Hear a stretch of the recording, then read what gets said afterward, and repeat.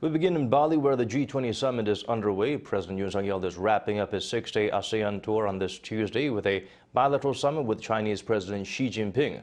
Our editor-in-chief, Moon Connyoung, she is in Bali traveling with the president. Once again, I express my condolences to the bereaved families of the victims of a recent accident in Seoul and send my heartfelt words of support to those injured. 얼마 전 서울 이태원에 있었던 이 참사에 대해서 애도를 표현해 주셔서 감사드립니다. The first in-person meeting between President Yoon Suk-yeol and Chinese President Xi Jinping began on a softer note, with the men expressing grief over those affected by a recent crowd crush in Seoul that led to the death of 158 people.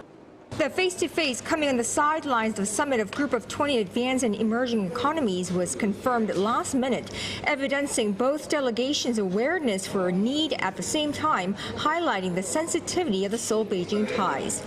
The first between leaders of South Korea and China since the Seoul-Beijing-Tokyo trilateral summit in December 2019.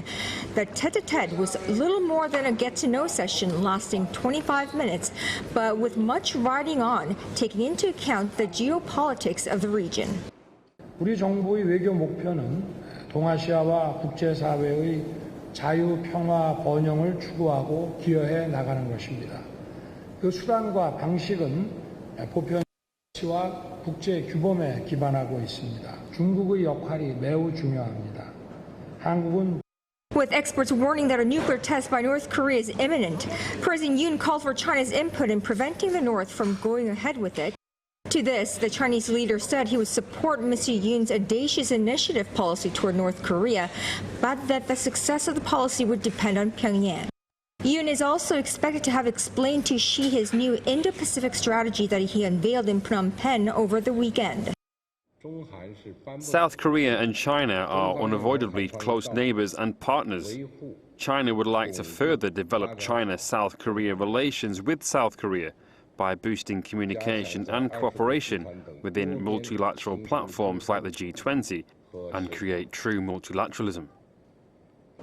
Mr. Xi added that he would take up on South Korea's invitation for his visit once the COVID pandemic has been settled. Having met with all three leaders of South Korea's key nations, President Yoon returns home, having made a full circle on his diplomacy front. But this is just the beginning. What South Korea can do from these meetings will remain largely up to President Yoon and his team of senior diplomats. Moon Connyoung, Arirang News, Bali.